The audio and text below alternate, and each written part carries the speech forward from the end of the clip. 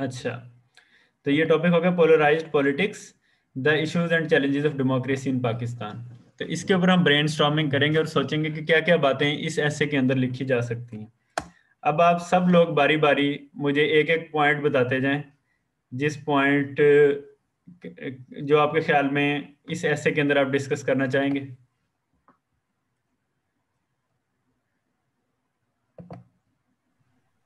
Sir political instability.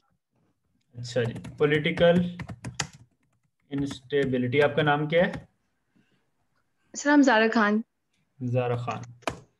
अच्छा, या political instability, military interventions. Military interventions. अच्छा जी, अगला। सर प्रोविंशनलिज्म। प्रोविंशियलिज्म। आपका नाम क्या है? अरसलान आरिफ। अरसलान। अच्छा जी, अगला। Military bureaucratic oligarchy. Military bureaucratic oligarchy.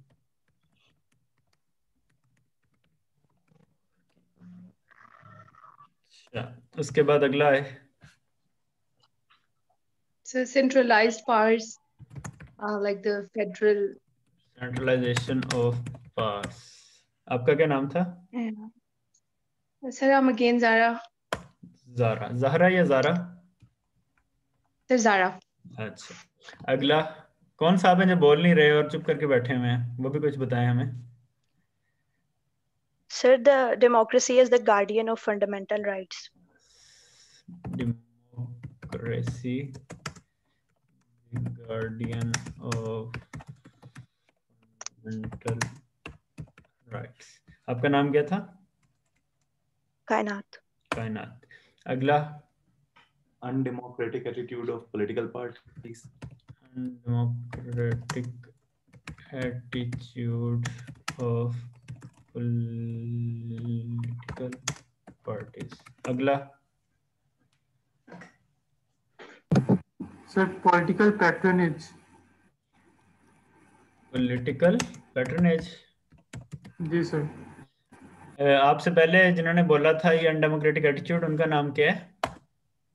Atif sir. Atif. अच्छा जी, हाँ जी, और कोई साहब आना चाहें? Sir education as well is an issue education भी regarding democracy. चलें। और sir watch their own interest, मतलब वो सिर्फ अपने ही मफादात की बात करते हैं, अपने इंटरेस्ट को आगे लेके चलते हैं, ना कि नेशन के इंटरेस्ट को या जो मैसेज के हैं उनको।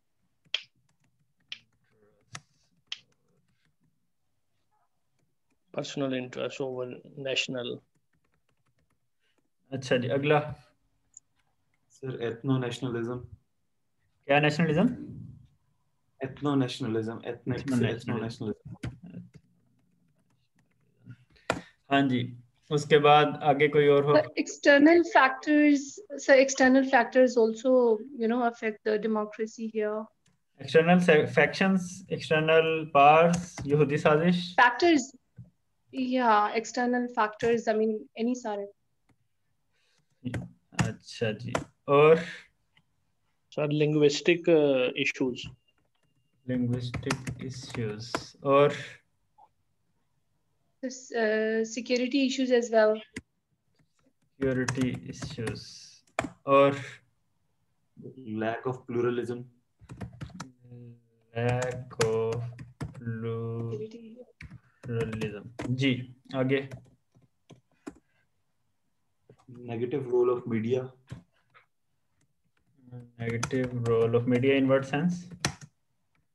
सर मतलब ये हर चीज को नेगेटिवली पोर्ट्रे करते हैं इस तरह। उससे पोलराइजेशन कैसे होती है?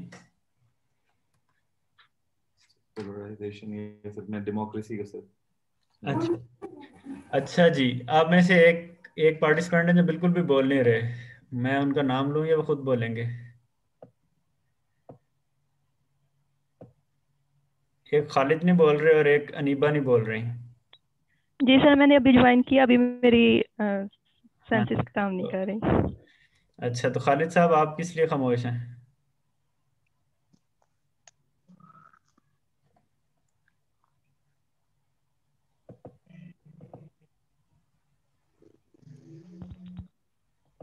अच्छा जी, तो और कोई पॉइंट हो आपके ख्याल में जो सर डेमोक्रेसी? हाँ जी, सर डिपेंडेंट जो हमारी फॉरेन पॉलिसी होती है that also affect our democracy. क्या चीज कह रहे हैं? Sir dependent foreign policy that we often have and we have to actually opt. Policy, अच्छा जी। अब जो है, और खालिद साहब कह रहे हैं मैं सुन रहा हूँ। ठीक है खालिद साहब, आप ऑफिस का काम ना करें, आपने अगर क्लास लेनी है तो आप क्लास लीजिए। ठीक है, अच्छा। उसके बाद और कोई पॉइंट हो भाई? ये तो आप रोज मेरे ख्याल डॉन पढ़ते रहे हैं, तो आपके पास तो कोई बेशुमार चीजें होनी चाहिए।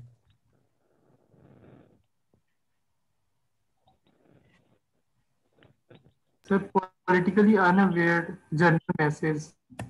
पॉलिटिकली अनअवेयर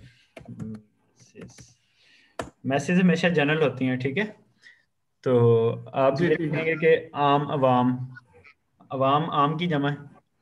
अच्छा, पॉलिटिकली अनअवेयर मैसेज हो गए। ठीक है, और कुछ? Power hmm? Power politics. Power politics. अब मैं बताऊं आपको, कॉलोनियल लेगेसीज भी तो डेमोक्रेसी को जो है हैम्पर करती है ना पाकिस्तान में। फ्यूडलिज्म आ सर, फ्यूडलिज्म। फ्यूडलिज्म भी इसी में आता है, आपने कहा तो हम कर देते हैं। और आपके ख्याल में आपके हल्के के मसाइल क्यों नहीं हल हो रहे? आप सोचें ना जरा और बातें। Personality based politics. बिल्कुल। Sir, role of political parties.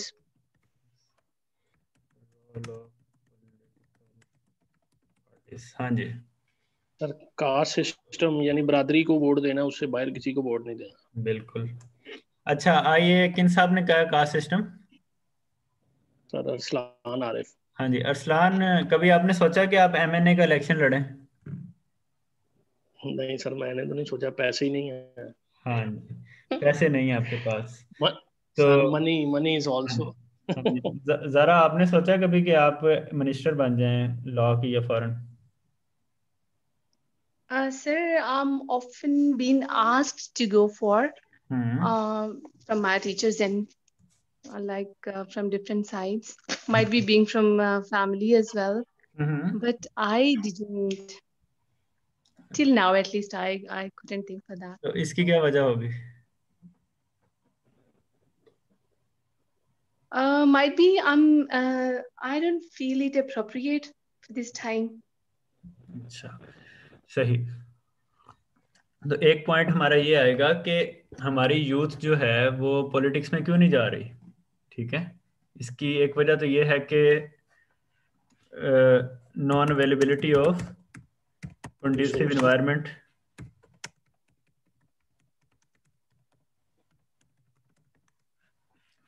इसी इसी तरह से जो है हमारे पास लोकल गवर्नमेंट्स जो हैं हमारी नहीं है। अगर हमारी लोकल गवर्नमेंट्स होती, आप अपनी गली में से इलेक्शन लड़ सकते, तो आहिस्ता आहिस्ता आप ऊपर भी चले जाते। ठीक है, लेकिन आपके पास डायरेक्ट जो प्लेटफॉर्म है वो 10-15 लाख लोग कम से कम आपको जानते हो, तो फिर ही आप वोट ले सकते हैं।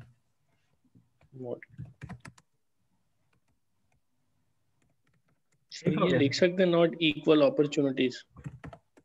हाँ, inequality in opportunities. Yes. ठीक है जी, अच्छा, ये तकरीबन कुछ पॉइंट्स हो गए हैं। ठीक है, अब क्लियर थिंकिंग का जो सबसे बेसिक पॉइंट होता है ना, वो ये होता है कि आप किसी चीज़ को उसकी कैटेगरी में डाल सकें।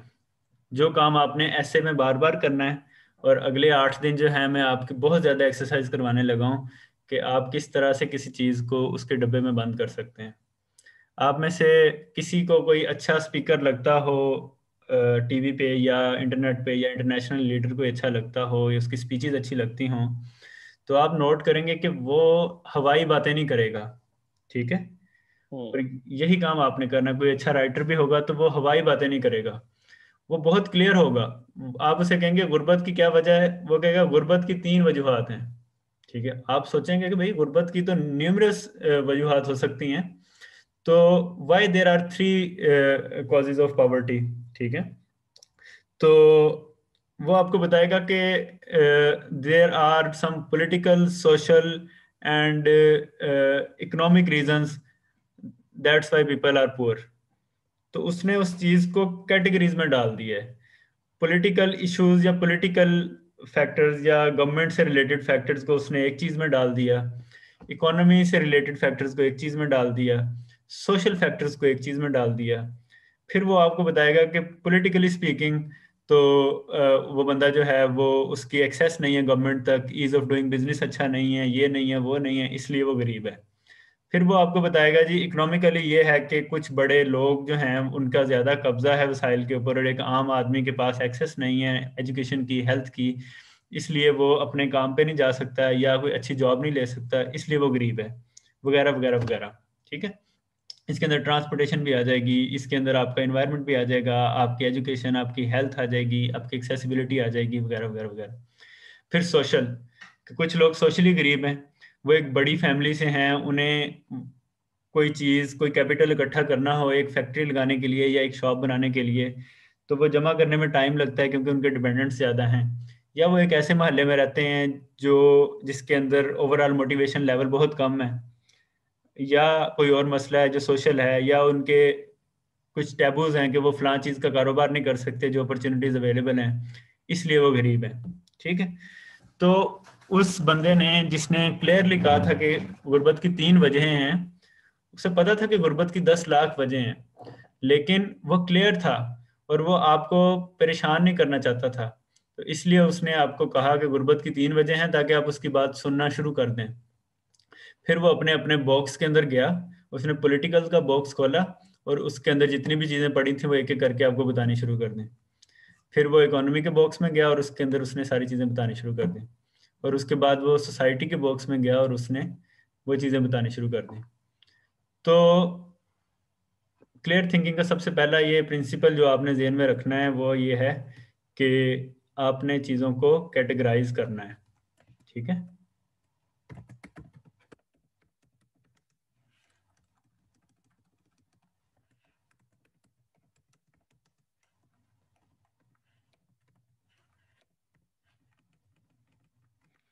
आपके ऐसे में बेशक 2 मेजर पॉइंट्स हों, अगर आपने उसे अच्छे तरीके से कैटेगराइज कर दिया है और उसके अंदर 10 लाख बातें की हैं, तो आपके एग्जामिनर को बड़ी खुशी होगी। पर्सनली मेरा ऐसे जो था CSS में, वो democracy in Pakistan hopes and hurdles पे आया था। ठीक है, तो उसके अंदर मैंने भी बहुत सारी बातें की थी, लेकिन मैंने आउटलाइन के अंदर 2 मेजर चंक्स में डिवाइड कर दिया था। ठीक है, और उन चंक्स को लेके आगे मैं चला था और सारे बैकग्राउंड, सारे फैक्ट, सारी चीज़ें मैंने उसके साथ मिला के लिखी थी। तो ये कैटेगराइजेशन और क्लियर थिंकिंग का सबसे पहला प्रिंसिपल ये है कि आपको पता होगा कि इन बॉक्सेस में कैटेगराइज कर सकते हैं चीज़ों को। ठीक है, अच्छा, अब मैं आपको कुछ मेजर बॉक्सेस बता देता हूँ जिसके अंदर आप कैटेगराइज कर सकते हैं, और फिर आहिस्ता आहिस्ता हम सीखेंगे कि जो है क्या नाम है किस तरह से करते हैं। ठीक है, आप में से कोई बताना चाहे कि कोई बहुत बड़ा बॉक्स हो जिसके अंदर वो बड़ी सारी चीज़ें डाल सकता हो।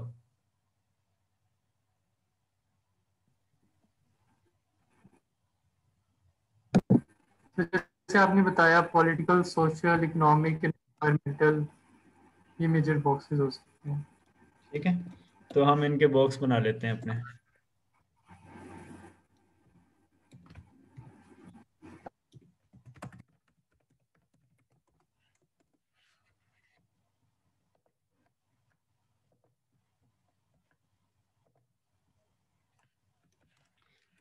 पॉलिटिकल हो गया,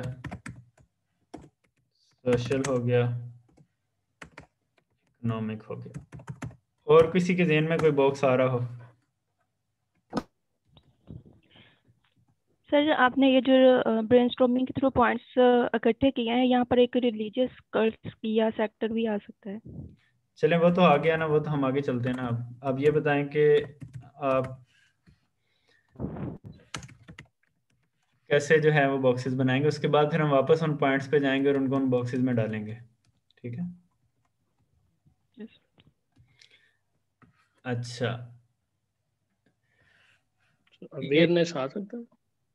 अवेयरनेस एक बॉक्स आ सकता है, अवेयरनेस सोशल के अंदर चीजें आ जाएंगी ना, सोसाइटी को आपने कुछ करना है। राइट। ठीक है। अच्छा, उसके बाद आपके पास एजुकेशनल भी सोसाइटी में आ जाएगा। ठीक है। ये 3 प्राइमरी कैटेगरीज होती हैं जिसके अंदर आप जा सकते हैं, और पेपर में आपने एग्जामिनर को मैनिपुलेट करना है, आपने उसे बताना है कि मुझे काफ़ी सारी चीज़ें पता हैं। तो लाजमी नहीं कि आप सिर्फ पॉलिटिकल, सोशल और इकोनॉमिक्स के 3 ही डब्बे बनाएं, आप 10 भी बना सकते हैं जो इनकी सब कैटेगरीज होंगी, उनमें से एक कह लेंगे ये भी एक कैटेगरी है। ठीक है। एजुकेशनल हो गया, कोई मैनेजेरियल हो गया, मैनेजमेंट से रिलेटेड हो गया, इन्वायरमेंटल हो गया। ठीक है। इन्वायरमेंटल एक जो है वो अलहदा से भी बन सकता है। फिर एक प्रिज्म आप सब लोगों ने मिस कर दिया, वो ये है कि जेंडर का। ठीक है। आपने चीज़ों को जेंडर के हवाले से भी देखना है, उसका तो कोई पॉइंट नहीं आ रहा। ठीक है। पॉलिटिकल के अंदर जब आप जाएंगे तो आप चीज़ों को इंटरनल के साथ देखेंगे, एक्सटर्नल के साथ देखेंगे। ठीक है। वो एक बहुत मेजर चीज़ बन जाएगी। इंटरनल के अंदर भी 10,000 चीज़ें आ रही होंगी, एक्सटर्नल के अंदर भी 10,000 चीज़ें आ रही होंगी। फिर आपका एक और बड़ा मेजर सोचने का प्रिज्म जो होता है वो हिस्टोरिक होता है। ठीक है।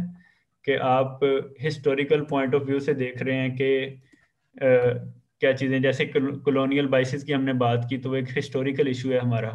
ठीक है। फिर एक रिलीजियस भी बहुत बड़ा पीस हो सकता है जिसके अंदर आप चीज़ों को डिवाइड करें। ठीक है। तो ये कुछ चीज़ें हैं जो जिनके मेजर कैटेगरीज हैं, ब्रॉड कैटेगरीज, जिसके अंदर हम अब ऐड कर सकते हैं चीज़ों को। तो आपको कोई और कैटेगरीज का पता है?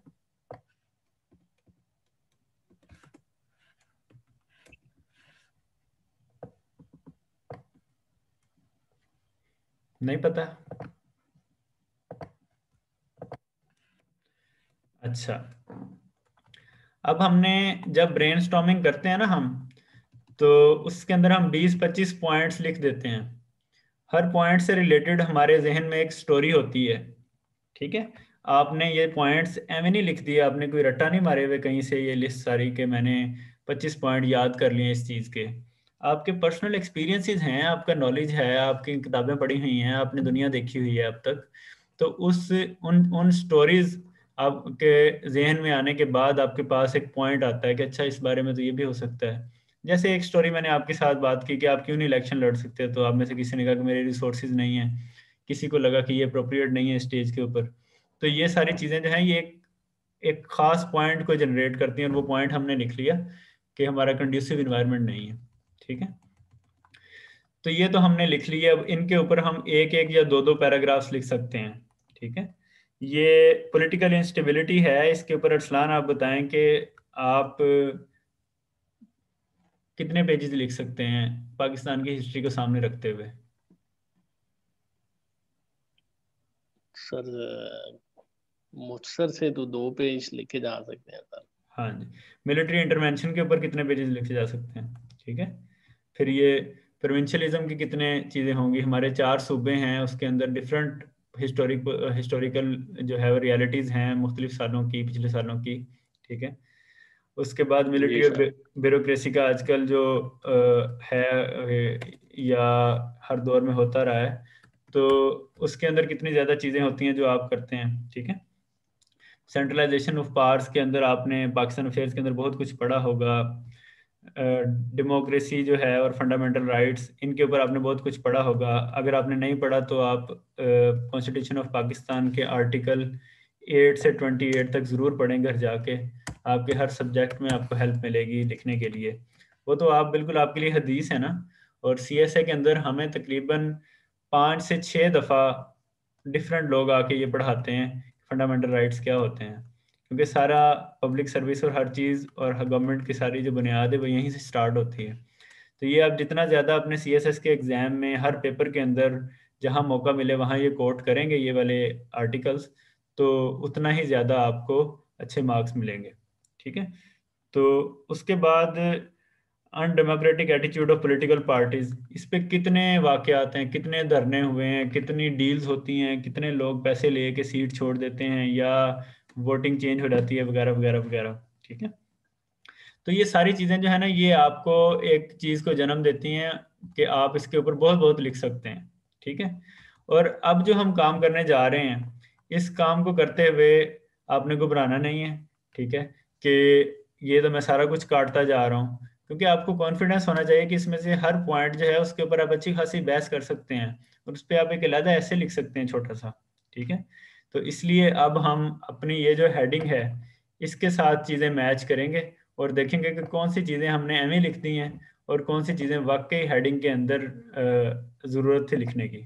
ठीक है, अच्छा जी, ज़ारा खान आप ये करें कि ये हेडिंग एक दफ़ा दोबारा पढ़ें और बताएं कि इसका क्या मतलब है।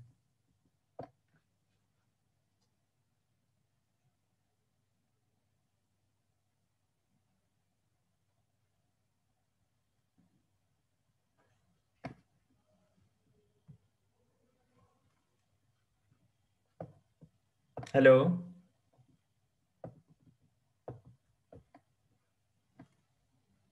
हेलो,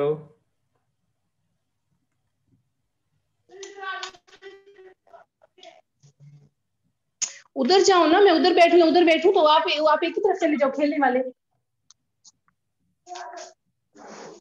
अच्छा अरसलान आप बताएं कि इस स्टेटमेंट का क्या मतलब है। सर स्टेटमेंट का पोलराइज्ड पॉलिटिक्स हाँ जी, कि सर हमारे मुल्क में जो सियासत है वो तो काफ़ी डिवाइड है, लेकिन उस के चैलेंजेस क्या हैं हमें और इश्यूज क्या हैं जिनकी वजह से ये जो हमारी पॉलिटिक्स है वो इस तरह डिवाइड हुई पड़ी है, हमारी डेमोक्रेसी जो है। हाँ जी, कायनात खालिद साहब ये सही कह रहे हैं। Yes sir. ठीक हो गया। अच्छा, इन्होंने कहा है जी कि हमारी सियासत डिवाइड हुई हुई है और इस वजह से डेमोक्रेसी के ऊपर बुरे असरात पड़ रहे हैं, उसको चैलेंजेस हैं, उसको इश्यूज हैं। ठीक है, तो दो जी। एक्सट्रीम्स पॉलिटिक्स में, मतलब कोई एक मतलब दरमियान में कोई नहीं सेल करता, दोनों कोई ना कोई एक्सट्रीम लेके चलते हैं। अगर किसी का एक स्टांस है तो अगले ने उसको मतलब नेगेटिवली उसको परसू करना है, ठीक और हो इस गया, तरह से ठीक हो गया। एक्सट्रीम। सर ये इसमें ये बताना है कि कौन से फैक्टर हैं जो कि रिस्पॉन्सिबल हैं इस पोलराइज्ड पॉलिटिक्स के लिए, और दैन बिल्कुल फिर हमारी कंट्री को इससे क्या प्रॉब्लम है। बिल्कुल, ठीक है। अब आपने इस स्टेटमेंट को पढ़ना है दोबारा। Political polarised politics, the issues and challenges of democracy in Pakistan. इसके अंदर जो की वर्ड्स हैं वो हाईलाइट करते हैं, जो अहम वर्ड्स हैं वो है पोलराइज्ड पॉलिटिक्स, इसके ऊपर आप बात करेंगे ज़्यादातर, इश्यूज के ऊपर बात करेंगे, चैलेंजेस के ऊपर बात करेंगे और पाकिस्तान की डेमोक्रेसी के ऊपर बात करेंगे। आपने टोटल 4 चीज़ों पे बात करनी है इस ऐसे के अंदर। ठीक है, अब अगर कोई चीज़ आपको एक्स्ट्रा लगती है इस ऐसे के अंदर तो वो आप निकाल दें। ठीक है, जो हमने ब्रेनस्टॉर्मिंग की है, ये ब्रेनस्टॉर्मिंग बिल्कुल वही चीज़ है जो आप पेपर में जाके ऐसे देखेंगे, उसे चूज करेंगे और उसके बाद करना शुरू करेंगे, अपने दिमाग से बातें निकाल निकाल के रफ पे लिखेंगे। तो ये बातें हम सब ने मिल के लिख ली। अब हम ये करेंगे कि हम देखेंगे कि इन 4 पॉइंट्स के ऊपर ये बात पूरी उतरती है, और अगर उतरती है तो वो किस जगह पे फिट होगी। ठीक है जी, अब ये पॉलिटिकल इंस्टेबिलिटी ये किस जगह पे फिट होगी। ये इशू मेरा ख्याल से इशू है। ठीक हो गया, ये इशू के कॉजेज पे आ जाएगी। ठीक है, उसके बाद मिलिट्री इंटरवेंशंस ये किस पे होगी, चैलेंजेस। चैलेंजेस पे हो जाएगी। अच्छा, उसके बाद प्रोविंशियलिज्म की बात किस जगह पे आके होगी, तो ये भी चैलेंजेस में ही आएगी। ये भी चैलेंज। कॉज ठीक है, मिलिट्री ब्यूरोक्रेसी ओलिगार्की ये किस में आएगी, इशू फ्रॉम द बिगिनिंग। असल में इस जगह पे इशू और चैलेंज एक ही चीज है। ठीक है, जी जी। तो आप थोड़ा सा ब्रॉड होकर सोचें, कोई ऐसी चीज भी है जो आप सजेशंस के अंदर भी लिख सकें, कोई ऐसी चीज भी है जो आप स्टार्ट में लिख सकें, तो वो भी आपने सोचना है। सेंट्रलाइजेशन ऑफ पावर्स,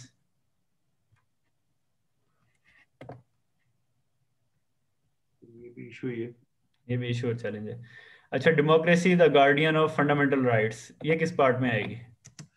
ये सर सॉल्यूशंस में भी इन्हें मेंशन कर सकते हैं कि हमारे कॉन्स्टिट्यूशन ये कह रहा है तो हमें इसको फॉलो करना चाहिए। और इस तरह और हम डेमोक्रेसी में भी लिख सकते हैं ना, डेमोक्रेसी इन पाकिस्तान पे जब Yes, बात sir, करें इस जगह पे, ठीक है।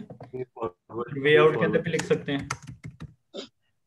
अच्छा, undemocratic attitude of political parties, ये किस में आएगा? सर इश्यूज में भी आएगा और चैलेंजेस में भी आएगा और पोलराइज्ड पॉलिटिक्स में भी आएगा, ठीक है। अच्छा, उसके ऊपर पॉलिटिकल पैटर्नेजेस, ये भी इशू है, ठीक है। इशू। उसके बाद आता है जी एजुकेशन। एजुकेशन वे आउट भी हो सकता है और इशू भी हो सकता है। उसके बाद personal interest over national interest, ethno nationalism, external factors, linguistic issues, security issues, lack of pluralism, negative role of media, dependent foreign policy, politically unaware masses, power politics, colonial legacies, feudalism, personality based politics, role of political parties, caste system वगैरह वगैरह वगैरह वगैरह वगैरह, ठीक है। अब आपका जो काम है ना, आपकी जो असाइनमेंट है, ठीक है, उसके अंदर आपने ये करना है कि ये वाली चीज़ पकड़नी है। इसमें से जो आपको लगता है कि बहुत गैर ज़रूरी है और कहीं भी ऐसे में इस्तेमाल नहीं हो सकता, उसे आपने सेपरेट कर देना है। जो चीज़ आपको लगती है कि ये चैलेंज और इशू है, उसे आपने सेपरेट कर देना है। और जो चीज़ आपको लगती है कि ये वे आउट बन सकता है, उसको आपने सेपरेट कर देना है, ठीक है। यानी आपने एक डिस्कार्डेड लिस्ट बनानी है, एक चैलेंजेस और इश्यूज की लिस्ट बनानी है, और एक आपने वे आउट की लिस्ट बनानी है, ठीक है। अच्छा, ये चैलेंजेस की लिस्ट और वे आउट की लिस्ट जो है ये बराबर होनी चाहिए। और उसके बाद ये जो ब्रॉड कैटेगरीज मैंने दी हैं, आपने इनके अंदर डिवाइड करना है। लाजमी नहीं कि आप सारी कैटेगरीज यूज़ करें, मे बी आप सिर्फ पॉलिटिकल यूज़ करें और इकोनॉमिक यूज़ करें, या पॉलिटिकल यूज़ करें और हिस्टोरिकल यूज़ करें। तो एक आपने कैटेगराइजेशन इस एतबार से करनी है और दूसरी कैटेगराइजेशन आपने ऊपर वाले के एतबार से करनी है, ठीक है। ये आपका होमवर्क है। अंदर तो हाँ जी, वे फॉरवर्ड और इश्यूज और चैलेंजेस की लिस्ट इक्वल तो नहीं होगी, क्योंकि यहाँ पे तो मतलब मेनली हमसे कुछ इश्यूज और चैलेंजेस रहे। हम तो बस वे फॉरवर्ड जो है वो 1, 2 या 3 पैराग्राफ में मैक्सिमम बताएंगे। वो हम ये देखेंगे ना कि आप अपनी लिस्ट बना के लाइए, ठीक है। हम ये देखेंगे कि कौन सी चीज़ें हैं जो दोनों में डाली जा सकती हैं, कौन सी चीज़ें हैं जो थोड़ी सी यूनिक लग रही हैं वो हम वे फॉरवर्ड में डालें, और कौन सी चीज़ें हैं जो हम इश्यूज और चैलेंजेस की लिस्ट को बड़ा करने के लिए इस्तेमाल करें। और जब ये हो जाएगा फिर हम देखेंगे कि इश्यूज और चैलेंजेस को लिखते हुए हमने किन ब्रॉड कैटेगरीज में डिवाइड करना है। हमने हिस्टोरिकल में कौन कौन सी चीज़ें लिखनी है, हमने पॉलिटिकल में कौन कौन सी चीज़ें लिखनी है, और सोशल में कौन सी चीज़ें लिखनी है, ठीक है। तो ये चीज़ें जो हैं ये आपने 2 तरह से कैटेगरीज में डिवाइड करना है। उसके बाद ऐसे को बैलेंस कैसे करना है ये हम बाद में करेंगे, ठीक है। ठीक हो गया जी, ये आपका होमवर्क है। ये शीट आपके साथ शेयर्ड है, इसका लिंक आपके जब दिल चाहे आप इस शीट को निकाल के इसकी एक कॉपी ले लें या इसको डाउनलोड कर लें। डाउनलोड ये फाइल से हो जाएगी, फाइल के अंदर डाउनलोड की ऑप्शन आती है, ठीक है। और इसके ऊपर आपने काम करके कल 6 बजे से पहले पहले आपने सबमिट करवाना है, ठीक है। ग्रुप के अंदर आपने PDF फाइल के अंदर पोस्ट कर देना अपना काम। तो कल हम फिर इसी चीज़ से एक बड़ी आउटलाइन बनाएंगे और फिर हम एक और इससे मुश्किल ऐसे की आउटलाइन बनाएंगे, ठीक है। इधर हम अपना लेक्चर ख़त्म करते हैं, तो इंशाल्लाह हम कल मिलेंगे। और आप सब लोग कोशिश कीजिए कि होमवर्क ज़रूर कीजिए, क्योंकि ये 8 दिन अगर आप अच्छे लगा लेते हैं, 2-3 घंटे दे देते हैं घर में, तो आपको ऐसे के अंदर मुश्किल नहीं होगी, आपको किसी ऐसे का रट्टा नहीं मारना पड़ेगा, और आपके बाकी भी सब्जेक्ट्स जो हैं वो तैयार होते जाएंगे, ठीक है। तो इधर अल्लाह हाफिज़ करते हैं। Thanks, sir. Nice of you.